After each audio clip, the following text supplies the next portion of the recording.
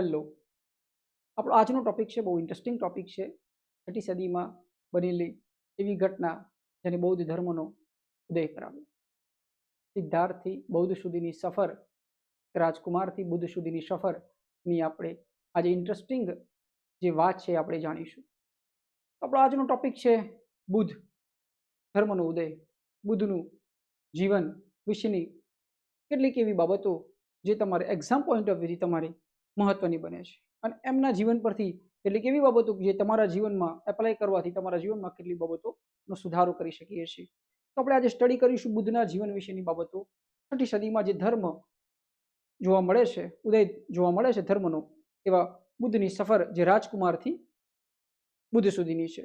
બુદ્ધ એટલે એનો અર્થ થાય છે જાગૃત થવું. તો બુદ્ધની જે સિદ્ધાર્થથી બુદ્ધ સુધીની જે ટાઈમલાઈન છે એની અંદર કેટલાક ક્વેશ્ચન બનતા હોય છે કે સિદ્ધાર્થ પોતાના જીવન દરમિયાન જ્યારે નગર ભ્રમણ કરવા નીકળ્યા હોય છે ત્યારે તેમને એક વ્યક્તિનું મૃત્યુ થયેલું જોવે છે. ત્યારે તે તેમના સારથીને પૂછે છે કે આ દુનિયામાં દુઃખ છે. તો એ વખત તો એ રાજકુમાર હોય છે એટલે એમને ખબર નથી હોતી, પણ બધા રોતા હોય છે ને બધા એ કરતા હોય છે તો એમને સમજાય છે કે આ દુનિયામાં દુઃખ જેવું કંઈક છે. અને એવા એ પ્રશ્ન સાથે તે પોતાના જીવનના અલ્ટિમેટ પ્રશ્નની શોધમાં નીકળી પડે છે અને એક સિદ્ધાર્થથી બુદ્ધ સુધીની એક સફરનો આરંભ થાય છે.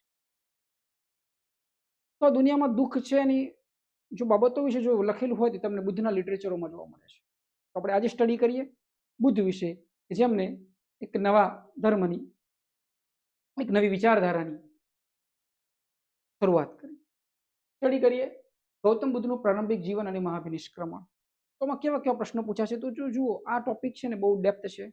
કેવા પૂછાય એ તો પેપર સેટર પર આધારિત હોય છે, પરંતુ એવું તો વાંચી શકો છો કે જે તમને ઇઝી રીતે આવડી શકે, ઇઝી રીતે તમે એને સમજી શકો. ઓકે, તો બસ તમે ખાલી એટલું સમજો કે આ કઈ કઈ ઘટનાઓ કઈ કઈ ઘટી હતી, એનું નામ શું હતું અને દરમિયાન શું શું થયું હતું. ઓકે, તો તમે ઇન્ટરેસ્ટિંગથી સમજશો તો બહુ મજા આવશે. કે ગૌતમ બુદ્ધનો જન્મ ઈસવીસન પૂર્વે 563માં કપિલવસ્તુ લુંબિની વનમાં થયો હતો. આ તમારો ક્વેશ્ચન. ક્યાં થયો હતો? 6મી સદી ચાલે છે. કપિલવસ્તુના લુંબિની વનમાં થયો હતો. તેમના પિતાનું નામ શુદ્ધોધન હતું, માતાનું નામ માયાદેવી હતું. જ્યારે તેમના બાળપણનું નામ સિદ્ધાર્થ હતું અને સત્ય અને જ્ઞાનની શોધમાં તેમણે 29 વર્ષની વયે પોતાના પરિવાર અને રાજ્યનો ત્યાગ કર્યો. અને આ ગૃહ ત્યાગની ઘટનાને બૌદ્ધ ધર્મમાં મહાભિનિષ્ક્રમણ તરીકે ઓળખવામાં આવે છે. તમારા એક 2-3 ક્વેશ્ચન સિરીઝ બને છે કે સિદ્ધાર્થ જ્યારે પોતાનો ગૃહ ત્યાગ કરે છે તો એ ઘટનાને શું કહેવામાં આવે છે? તો એ ઘટનાને મહાભિનિષ્ક્રમણ કહેવામાં આવે છે. બીજા 2 ક્વેશ્ચન સિરીઝ બને છે કે સિદ્ધાર્થના માતાનું નામ, સિદ્ધાર્થના પિતાનું નામ. સિદ્ધાર્થના પિતાનું નામ શુદ્ધોધન, સિદ્ધાર્થની માતાનું નામ માયાદેવી હતું અને 29 વર્ષની વયે એ પરિવાર અને રાજ્યનો ત્યાગ કરીને ગૃહ ત્યાગની જે ઘટના છે નીકળે છે, એમને બૌદ્ધ ધર્મમાં મહાભિનિષ્ક્રમણ તરીકે ઓળખવામાં આવે છે. અન્ડરસ્ટેન્ડ? મહાભિનિષ્ક્રમણ એટલે શું? તો સિદ્ધાર્થ ગૃહ ત્યાગ કરીને રાજ્ય છોડીને જ્યારે નીકળે છે તો એ જે ઘટના છે એને મહાભિનિષ્ક્રમણ કહેવામાં આવે છે. ગૌતમ બુદ્ધના બાળપણનું નામ શું હતું? તો સિદ્ધાર્થ હતું. બુદ્ધના ગૃહ ત્યાગની ઘટનાને બૌદ્ધ પરંપરામાં શું કહેવાય છે? તો મહાભિનિષ્ક્રમણ કહેવામાં આવે છે. ઓકે, નેક્સ્ટ, જ્ઞાન પ્રાપ્તિ અને પ્રથમ ઉપદેશ. તો આમાં એ બધું સમજવાનું છે કે એમને પહેલો ઉપદેશ કોને આપ્યો, એમના પહેલા ગુરુ કોણ હતા, એમના પહેલા શિષ્ય કોણ હતા.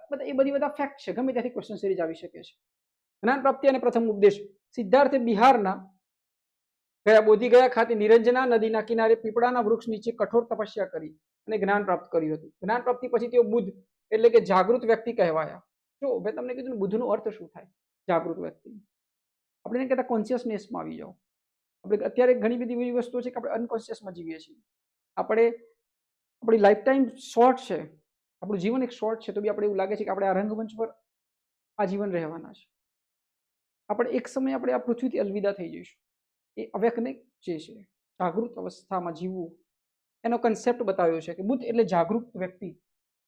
તો એ જ્ઞાન પ્રાપ્ત કર્યું એટલે જાગૃત થઈ ગયા. પ્રશ્ન એમ પૂછાય છે કઈ જગ્યાએ? તો બોધિગયા, તો બિહારમાં આવ્યું છે. કઈ નદી? તો નિરંજના નદી. કયા ઝાડ? તો પીપળાનું વૃક્ષ. અને પછી એમને જે પ્રથમ ઉપદેશ આપ્યો એ વારાણસી પાસે આવેલા સારનાથમાં આપ્યો હતો. આ તમારો ક્વેશ્ચન કે બુદ્ધના જીવનનો પ્રથમ ઉપદેશ ક્યાં? તો સારનાથ, વારાણસી પાસે. આ પ્રથમ ઉપદેશ આપવાની ઘટનાને ધર્મચક્ર પ્રવર્તન કહેવામાં આવે છે. સુપર ક્વેશ્ચન છે આ. ધર્મચક્ર પ્રવર્તન એટલે શું? હા, આખા સિરીઝમાં તમે જેટલું સ્ટડી કરશો બધા જ ક્વેશ્ચન સિરીઝ બની શકે છે. ઓકે, બસ ખાલી તમે એન્જોય થી એમને સમજો કે બુદ્ધનું જીવન કેવું હતું, બુદ્ધ બનવાની જે સફર છે કેવી હતી, એમાંથી તમને જે યોગ્ય લાગે છે તમે તમારા જીવનમાં એપ્લાય કરો. ઓકે, આ પોઈન્ટ ઓફ વ્યૂથી બી છે એક્ઝામ, એટલો જ ઇમ્પોર્ટન્સ તમારા લાઈફના કન્સેપ્ટને સમજવા માટે બી છે. સમજીએ કે એક બુદ્ધ સુધીની એક સફર છે. કઈ કઈ જગ્યાએ તો બિહારના બોધિગયામાં નિરંજન નદીના કિનારે પીપળાના ઝાડ નીચે એમને જ્ઞાન પ્રાપ્ત થાય છે. જ્ઞાન પ્રાપ્ત થાય છે એટલે બુદ્ધ બની જાય છે અને પછી પોતાનો પ્રથમ ઉપદેશ આપે છે વારાણસી નજીક આવેલા સારનાથમાં આપે છે. એટલા માટે આપણે અશોક સારનાથનો જે સ્તંભ શિલા ત્યાં છે ને એનો કન્સેપ્ટ ત્યાં છે ધર્મચક્ર પ્રવર્તન. આ પ્રથમ ઉપદેશ આપવાની ઘટનાને ધર્મચક્ર પ્રવર્તન કહેવામાં આવે છે. ઓકે, બુદ્ધને કઈ નદીના કિનારે જ્ઞાન પ્રાપ્ત થયું હતું? તો નિરંજના નદીના કિનારે. બુદ્ધે પોતાનો પ્રથમ ઉપદેશ ક્યાં સ્થળે આપ્યો હતો? તો સારનાથ, વારાણસી પાસે આવેલા સારનાથમાં આપ્યો હતો. ઓકે, ક્વેશ્ચન સિરીઝ સમજાય છે ને? ચલો આપણે આગળ વધીએ. આ 4 આર્ય સત્ય અને અષ્ટાંગિક માર્ગ, એમના જીવન દરમિયાન એમને જે વાતો કીધી છે એનો કન્સેપ્ટ. એમણે કીધું 4 આર્ય સત્યો છે અને અષ્ટાંગિક માર્ગ છે. 8 માર્ગ તમે અપનાવો તો તમે મોક્ષ તરફ જઈ શકો છો.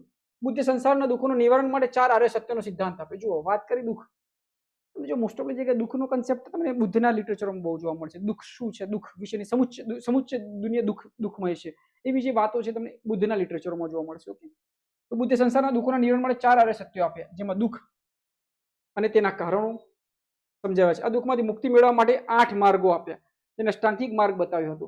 આ માર્ગમાં સમ્યક દ્રષ્ટિ હતી, સમ્યક વાણી, સમ્યક કર્મ જે સિદ્ધાંતોનો સમાવેશ થાય છે. બૌદ્ધ ધર્મમાં મધ્યમ માર્ગ આપવાના પર ભાર મૂકવામાં આવે છે. જો સુપર ક્વેશ્ચન સિરીઝ છે અને બહુ જ ગમે છે, મને બી બહુ ગમે છે. જો તમને સમજે તો મધ્યમ માર્ગ એટલે શું, તમને ઘણી વાર પ્રશ્ન પૂછાય છે મધ્યમ માર્ગનો સિદ્ધાંત નીચેનામાંથી કયા ધર્મ સાથે જોડાયેલો છે?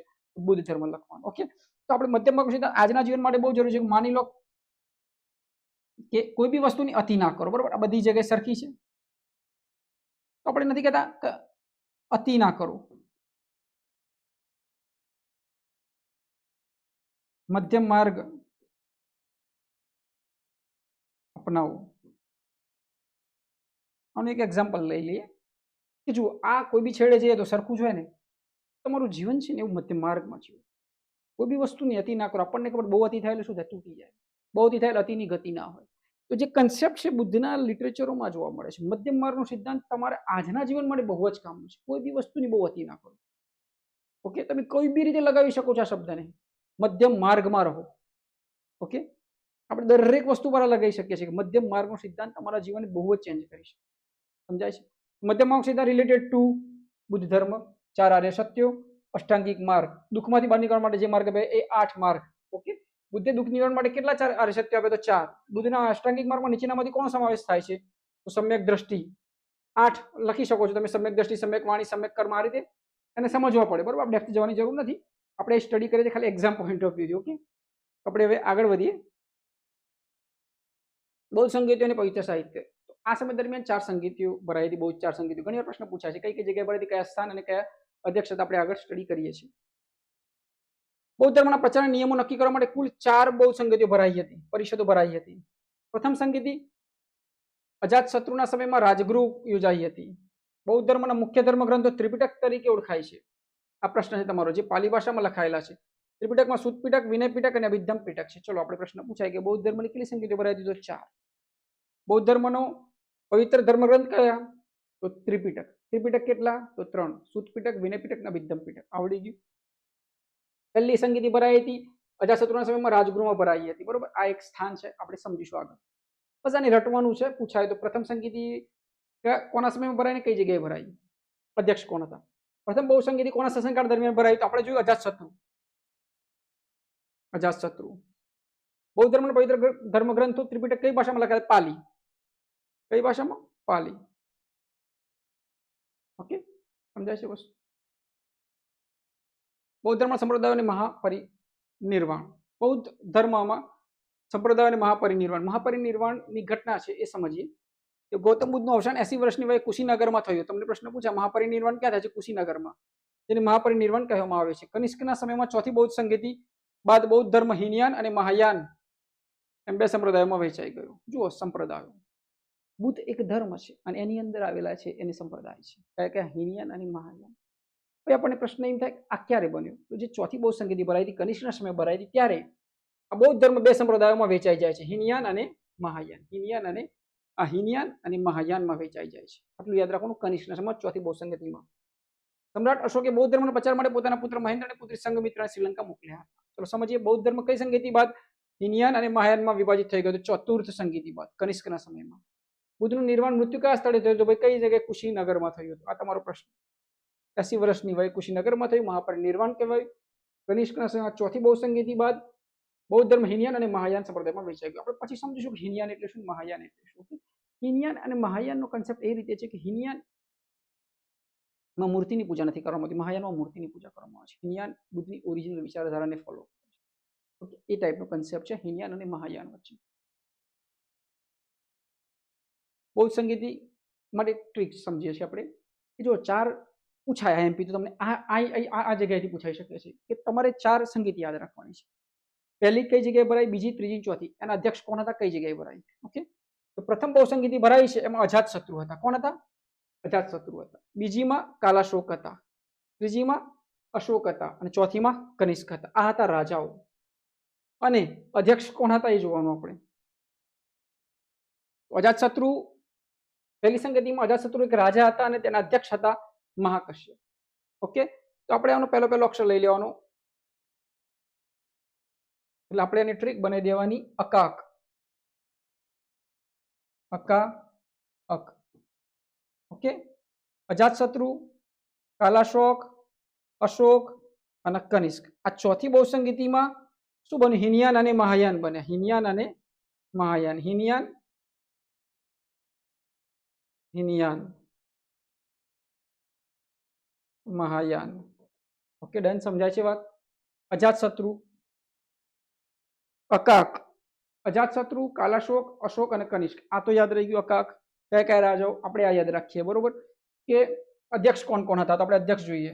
ઓકે, તો MSMV યાદ રાખવાનું. MSMV આપણે યાદ રાખવાનું. MSMV માંથી ચાલુ થાય છે. MSMV મહાકશ્યપ, સબાકામી, મહાકશ્યપ, સબાકામી. MSME એમ પાછો મોગલીપુત અને વસુમિત્ર. ઓકે, તો આપણે યાદ રાખવાનું કે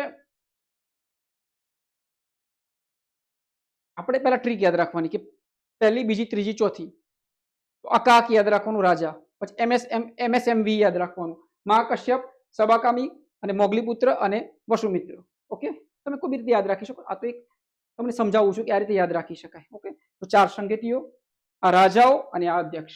ઓકે, અને કઈ જગ્યાએ ભરાઈ હતી તો આપણે એના માટે છે ને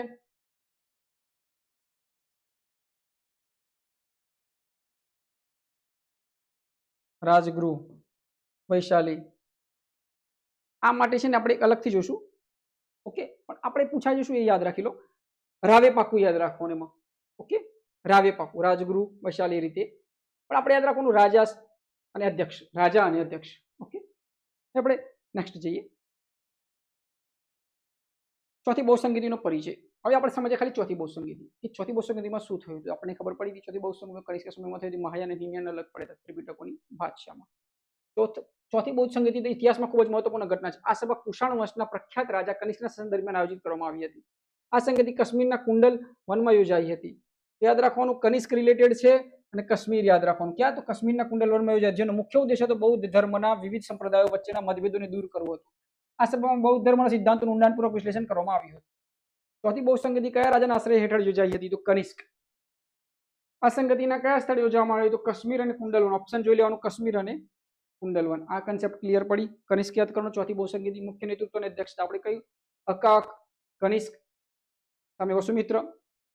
ચોથી બહુસંગતિના અધ્યક્ષ કે તો બૌદ્ધ વિજ્ઞાન વસુમિત્ર હતા. રાજા કે તો કનિષ્ક હતા, પણ અધ્યક્ષ કે તો વસુમિત્ર હતા. કોણ હતા? વસુમિત્ર. તેમની સાથે અશ્વઘોષે ઉપાધ્યક્ષ તરીકે મહત્વની ભૂમિકા ભજવી હતી. આ સંગતિમાં લગભગ 500 જેટલા બૌદ્ધ ભિક્ષુએ ભાગ લીધો હતો અને આ વિદ્વાનોએ ધાર્મિક ગ્રંથોના અર્થઘટન પર કામ કર્યું હતું. બૌદ્ધ ધર્મના પ્રચાર માટે નવી દિશાઓ નક્કી કરી હતી. ચોથી બહુસંગતિના અધ્યક્ષ કોણ હતા? અધ્યક્ષ કીધું છે, રાજાની અધ્યક્ષ. તમે જોવાના વસુમિત્ર. કયા વિદ્વાને આ સંગતિના ઉપાધ્યક્ષ તરીકે? તો આપણે જોવાના અશ્વઘોષ હતા ઉપાધ્યક્ષ. ઓકે, પ્રશ્ન તો ગમે ત્યાંથી પૂછાય છે કે આપણે ખાલી સમજવાનું છે. ઓકે, તમે ખાલી સમજો. નેક્સ્ટ, મહાયાન અને હિનયાન. આપણે સમજીએ મહાયાન અને હિનયાન શું છે. મહાયાન અને હિનયાન. તો આપણે એ સમજીએ આ બે સંપ્રદાયો છે મહાયાન અને હિનયાન. એનો થોડો કન્સેપ્ટ સમજી લઈએ. આ સંગતિ સૌથી મોટી અસર બૌદ્ધ ધર્મનું બે મુખ્ય શાખામાં વિભાજન થયું ચોથી બૌદ્ધ સંગતિનું. બૌદ્ધ ધર્મ હવે મહાયાન અને હિનયાન બે ભાગમાં વેચાઈ ગયો. મહાયાન સંપ્રદાય બુદ્ધને ભગવાન માનીને તેમની મૂર્તિ પૂજા કરી. મેં કીધું ને, મહાયાન સંપ્રદાયના લોકો બુદ્ધની મૂર્તિઓને પૂજે છે, જ્યારે હિનયાન પરંપરાગત નિયમોમાં માનતા હતા. આ વિભાજન નથી બૌદ્ધ ધર્મમાં પૂજા અને દર્શનની પદ્ધતિઓમાં મોટો ફેરફાર આવ્યો. આ વિભાજનથી શું થયું? બૌદ્ધ ધર્મમાં પૂજા અને દર્શનની પદ્ધતિમાં મોટો ફેરફાર આવ્યો. એટલે આપણે ઘણી વાર જોઈએ છે કે આપણને અલગ અલગ જગ્યાએ છે બુદ્ધની ઓરિજિનલ વિચારધારાને ફોલો કરે છે, એ હિનયાન કરે છે. અને એટલે બુદ્ધે પોતાના જીવન દરમિયાન કહ્યું હતું કે મારી મૂર્તિઓ ન બનાવો. પણ મહાયાન ચેન્જીસ ધર્મ બને, ચેન્જીસ લાવે છે. મહાયાન છે એ બુદ્ધની મૂર્તિઓને પૂજે છે. આટલો આપણે કન્સેપ્ટ યાદ રાખો. હિનયાન બુદ્ધની ઓરિજિનલ વિચારધારા છે, મહાયાન બુદ્ધની મૂર્તિઓને પૂજે છે. એનાથી શું થયું? તો ફરક આવ્યો. બૌદ્ધ ધર્મમાં પૂજા અને દર્શનની પદ્ધતિમાં મોટો ફેરફાર આવ્યો. સમજાય છે વાત? ચોથી સંગતિ બાદ બૌદ્ધ ધર્મ કયા બે ભાગમાં વહેંચાય? મહાયાન અને હિનયાન. કયા સંપ્રદાય બુદ્ધની મૂર્તિ પૂજા કરવાની શરૂઆત કરી? તો મહાયાન. વાત સમજાય છે? સાહિત્ય, યોગદાન અને મહાવિભાષા શાસ્ત્ર. ચોથી બહુસંગતિ દરમિયાન ત્રિપિટક પર વિસ્તૃત ટીકાઓ અને વિશ્લેષણ લખવામાં આવ્યું. આ કાર્યની મહાવિભાષા શાસ્ત્ર તરીકે ઓળખવામાં આવે. તમને પ્રશ્ન પૂછાય મહાવિભાષા શાસ્ત્ર એટલે શું? તો ત્રિપિટકો ઉપર જે વિસ્તૃત ટીકાઓ અને વિશ્લેષણ લખવામાં આવ્યું છે એને કહેવાય છે મહાવિભાષા શાસ્ત્ર, જે બૌદ્ધ ફિલસૂફીનો જ્ઞાનકોશ માનવામાં આવે છે. મહાવિભાષા શાસ્ત્ર શું છે? બૌદ્ધ ફિલસૂફીનો જ્ઞાનકોશ માનવામાં આવે છે. આ સમયગાળામાં બૌદ્ધ ધર્મ ગ્રંથો માટે પાલી ભાષાને બદલે સંસ્કૃત ભાષાનો ઉપયોગ વધવા લાગ્યો હતો. આ સાહિત્યકારે બૌદ્ધ ધર્મના સિદ્ધાંતોને વધુ સ્પષ્ટ બનાવ્યા. પછી આપણે એ બી સમજવાનું છે કે મહાયાન અને હિનયાન હતા ને, તેમની અંદર છે ને અલગ અલગ ભાષાઓ યુઝ થતી હતી, બરોબર? તો મહાયાન જે છે એ સમય દરમિયાન અને હિનયાનમાં આપણે એક યાદ રાખવાનું છે કે મહાયાન અને હિનયાનમાં આપણે પાલી ભાષા અને સંસ્કૃત ભાષા, તો એ શું કીધું? મહાયાન જ્યારે આવે છે ત્યારે સંસ્કૃત ભાષાનો વધી જાય છે વ્યાપ, બરોબર? તો આપણે એ બી યાદ રાખવાનું. બૌદ્ધ ધર્મનો જ્ઞાનકોશ ગણાતો મહાવિભાષા શાસ્ત્ર કઈ સંગતિમાં તૈયાર થયો હતો? ચોથી સંગતિ દરમિયાન કઈ ભાષામાં બૌદ્ધ સાહિત્યનું લેખન વધ્યું હતું? તો સંસ્કૃત. યાદ રાખવાનું. કઈ? સંસ્કૃત. મહાયાન. ત્રિપિટકનો પરિચય. ત્રિપિટક શું છે આપણે એ સમજી લઈએ. બૌદ્ધ ધર્મનો પવિત્ર ગ્રંથ છે. ઘણી વાર પૂછે ત્રિપિટક નીચેનામાંથી કયા ધર્મ સાથે જોડાયેલો છે? બૌદ્ધ ધર્મ સાથે. ત્રિપિટક એ બૌદ્ધ ધર્મનો સૌથી પવિત્ર અને મુખ્ય ધર્મગ્રંથ છે. ભગવાન બુદ્ધના નિર્વાણ પછી તેમના ઉપદેશોને 3 મુખ્ય ભાગમાં વહેંચવામાં આવ્યા હતા, જેને ત્રિપિટક કહેવામાં આવે છે. આ ગ્રંથો પ્રાચીન પાલી ભાષામાં લખાયેલા છે અને તે જીવન જીવવાની સાચી દિશા આપે છે. જો પૂછાય ત્રિપિટક રિલેટેડ ટુ પાલી ભાષા, ઓકે? ત્રિપિટક કયા ધર્મનો મુખ્ય ધર્મગ્રંથ છે? બૌદ્ધ ધર્મ. ત્રિપિટક મૂળ કઈ ભાષામાં લખાયેલ છે? તો પાલી. ત્રિપિટક એ બૌદ્ધ ધર્મનો સૌથી પવિત્ર અને ધર્મગ્રંથ છે. 3 પ્રશ્ન થઈ ગયા. ધર્મગ્રંથ, પાલી ભાષા, ત્રિપિટક 3, સુત્ત પિટક, વિનય પિટક, અભિધમ્મ પિટક. બૌદ્ધ ધર્મ સાથે જોડાયેલા અને ભાષા પાલી. વિનય પિટક સમજીએ આપણે. વિનય એટલે નિયમોની વાત આવે. વિનય પિટક એ ત્રિપિટકનો પ્રથમ ભાગ છે, જેમાં બૌદ્ધ સંઘના સાધુઓ અને સાધ્વીઓ માટેના નિયમોનું વર્ણન છે. પ્રશ્ન પૂછાય વિનય પિટકમાં શું છે? તો સાધુઓ માટેના નિયમોની વાત છે. ગ્રંથમાં દૈનિક જીવન કેવી રીતે જીવવું, આચરણ, શિસ્ત જાળવવું, કાયદાઓ અપનાવવામાં આવ્યા છે. તે સંઘના વ્યવસ્થિત સંચાલન માટે ખૂબ જ મહત્વપૂર્ણ માનવામાં આવે છે. વિનય પિટકમાં મુખ્યત્વે શેનું વર્ણન જોવા મળે છે? સાધુઓ માટેના નિયમો. બૌદ્ધ સંઘના શિસ્ત માટે કયો ગ્રંથ જવાબદાર છે? શિસ્ત માટે. તો વિનય પિટક. ઓકે, હવે આપણે જે આગળ નેક્સ્ટ સુત્ત પિટક, બુદ્ધના ઉપદેશો. સુત્ત પિટકમાં ભગવાન બુદ્ધના મુખ્ય ઉપદેશો અને તેમના દ્વારા આપવામાં આવેલા સંવાદોનો સંગ્રહ છે. આ ભાગમાં 5 નિકાયોનો સમાવેશ થાય છે, જેમાં નૈતિકતા અને માનવ કલ્યાણની વાતો કરવામાં આવી છે. સુત્ત પિટકમાં ઉપદેશો છે. સામાન્ય લોકો માટે ધર્મ સમજવાનો સૌથી સરળ માર્ગ પૂરો પાડે છે. ભગવાન બુદ્ધના ઉપદેશોનો સંગ્રહ કયા પિટકમાં છે? સુત્ત પિટક. પિટકમાં કેટલા નિકાયોનો સમાવેશ થાય છે? 5. વિનય પિટક કહેતો નિયમો, સુત્ત પિટક કહેતો ઉપદેશો, બુદ્ધના ઉપદેશો. હવે જે અભિધમ્મ પિટક, તત્વજ્ઞાન, ફિલોસોફી. અભિધમ્મ પિટક એ બૌદ્ધ ધર્મનું દાર્શનિક અને મનોવૈજ્ઞાનિક વિશ્લેષણ કરે છે. એટલે વિચારવાની વાત સમજાવે છે. આમાં કેવું બધું વિચારો, દાર્શનિક વાતો હોય. તો અભિધમ્મ પિટક રિલેટેડ ટુ તત્વજ્ઞાન. આ ગ્રંથમાં બુદ્ધના ઉપદેશોને પદ્ધતિસર અને વિગતવાર તાર્કિક રીતે, તાર્કિક શબ્દ છે, તે ચિત્ત, માનસિકતા અને અવસ્થાઓને, પદાર્થ અને સ્વભાવ રીતે ઊંડી સમજ પાડે છે. બૌદ્ધ ધર્મના તત્વજ્ઞાનની ચર્ચા કયા પિટકમાં છે? તત્વજ્ઞાનની ચર્ચા તો અભિધમ્મ પિટક. અભિધમ્મ પિટક મુખ્યત્વે કયા વિષય પર ધ્યાન કેન્દ્રિત કરે છે? તો દાર્શનિક વિશ્લેષણ પર ધ્યાન કેન્દ્રિત કરે છે. તો આ હતું બૌદ્ધ ધર્મ વિશેનો આપણો અભ્યાસ. આપણે એ સમજ્યા, ત્રિપિટકો સમજ્યા, સાહિત્યિક યોગદાન, મહાયાન, હિનયાન, નેતૃત્વ, કઈ કઈ બહુસંગતિઓ, પ્રથમ, દ્વિતીય, તૃતીય, ચતુર્થ, બૌદ્ધ ધર્મના સંપ્રદાયો, હિનયાન, મહાયાન, બૌદ્ધ સંગતિઓ, પાલી ભાષા, 4 આર્ય સત્યો, અષ્ટાંગિક માર્ગ, જ્ઞાન પ્રાપ્તિ અને પ્રથમ ઉપદેશ, ગૌતમ બુદ્ધનું પ્રારંભિક જીવન. તો જુઓ, આમ તો આટલા મોટા મહામાનવ વાત આપણે આટલા થોડા વિડીયોમાં ના કહી શકીએ, બરોબર. પણ એક્ઝામ પોઈન્ટ ઓફ વ્યૂથી આપણે એ સમજવાની કોશિશ કરીએ છીએ કે બુદ્ધનું જીવન કેવું હતું, બુદ્ધ કેવી રીતે બન્યા. ઓકે, એની અંદરની જે ઘટનાઓ છે એને આપણે સમજ્યા છે.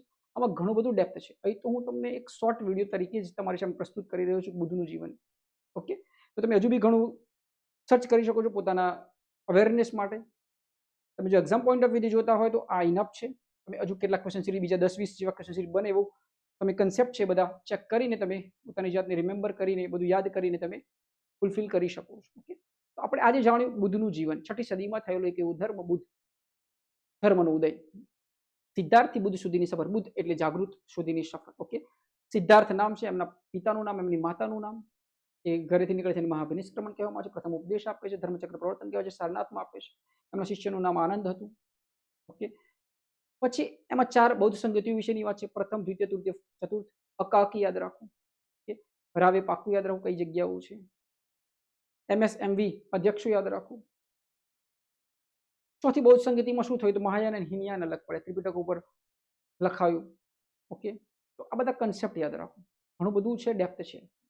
ઓકે, બીજું મધ્ય માર્ગનો સિદ્ધાંત યાદ રાખો. દુઃખ વિશેની વાત આવે તો યાદ રાખો. બીજું એક હજુ ઇન્ટરેસ્ટિંગ ફેક્ટ છે કે બૌદ્ધ ધર્મની અંદર શું 3 વસ્તુ શોધાયેલી છે. તો બૌદ્ધ ધર્મ અનિશ્વરવાદ છે. ઈશ્વર નથી એમ માને છે. આત્મામાં માનતો નથી. ત્રીજું, પુનર્જન્મમાં માને છે.